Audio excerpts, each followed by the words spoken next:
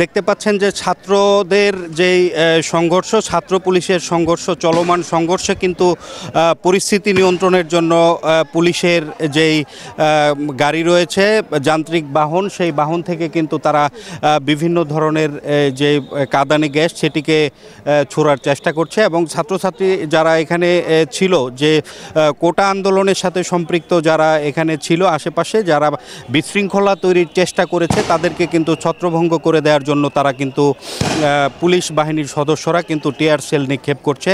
এবং দেখতে পাচ্ছেন যে পুলিশের যেই সদস্যরা রয়েছে তারা কিন্তু নিজেদেরকে ছাত্ররা যাতে গুরুতরভাবে ক্ষতিগ্রস্ত না হয় সেই দিকও কিন্তু তাদের মাথায় রয়েছে।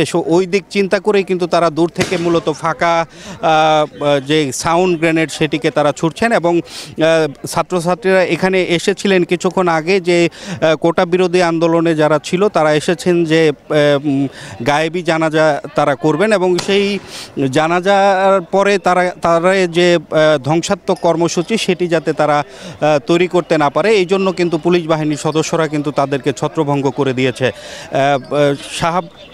শাহবাগ মোড় থেকে ঢাকা ইউনিভার্সিটি টিএসসি চত্বর পর্যন্ত, টিএসসি চত্বরে কিন্তু এখান থেকেই কিন্তু সেটির সূত্রপাত হয়েছে। এবং তারপর থেকে কিন্তু পরিস্থিতি নিয়ন্ত্রণে আনতে কিন্তু পুলিশ এই কাঁদানে গ্যাস ছেড়েছে। এবং এখন পর্যন্ত এই শাহবাগ মোড়ের এই ছিল আমার কাছে সর্বশেষ।